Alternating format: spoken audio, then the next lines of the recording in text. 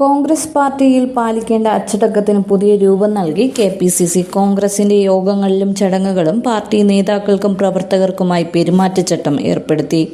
നിശ്ചയിക്കപ്പെട്ടവർ മാത്രമേ പൊതുപരിപാടികളിൽ വേദിയിലുണ്ടാകാവൂ.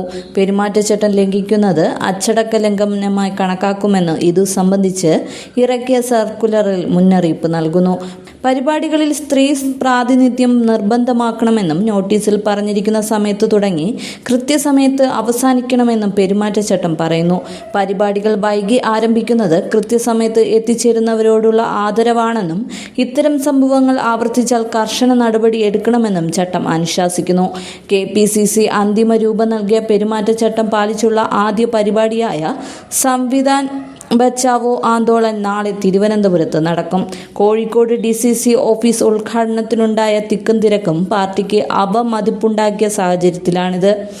KPCC. President, AICC. സംഘടനാ ചുമതലയുള്ള ജനറൽ സെക്രട്ടറി, പാർലമെന്ററി പാർട്ടി നേതാവ്, സംസ്ഥാനത്തിന്റെ ചുമതലയുള്ള എ.ഐ.സി.സി. ജനറൽ സെക്രട്ടറി, പ്രവർത്തക സമിതി അംഗം, മുൻ കെ.പി.സി.സി. President, AICC. ഭാരവാഹികൾ, കെ.പി.സി.സി. വർക്കിംഗ് പ്രസിഡന്റുമാർ, ഭാരവാഹികൾ, രാഷ്ട്രീയകാര്യ സമിതി അംഗങ്ങൾ, DCC. President, MP, MLA, KPCC. Executive അംഗങ്ങൾ, മുൻ മന്ത്രി, മുൻ എം.പിമാർ, മുൻ എം.എൽ.എമാർ എന്നിങ്ങനെയാണ് സംസ്ഥാന അടിസ്ഥാനത്തിലുള്ള മുൻഗണനാക്രമം.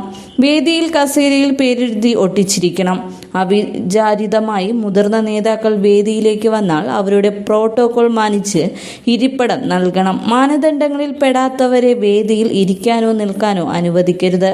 ഡി.സി.സി. പ്രസിഡന്റ് അധ്യക്ഷനായ വേദികളിൽ എ.ഐ.സി.സി. കെ.പി.സി.സി. തലത്തിലുള്ള നേതാക്കളുണ്ടെങ്കിൽ അവരായിരിക്കണം ഉദ്ഘാടനം ചെയ്യേണ്ടത്.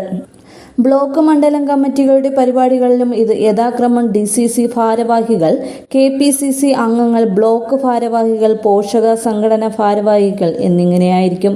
ജാഥകളിൽ അവ നയിക്കുന്നയാളിന്റെയോ ബാനറിന്റെയോ പിന്നിൽ മാത്രമേ മറ്റുള്ളവർ നടക്കാവൂ. ട്രാഫിക് നിയന്ത്രിക്കാനാവുന്ന പേരിൽ മുന്നിലേക്ക് ഇടിച്ചു കയറരുത്.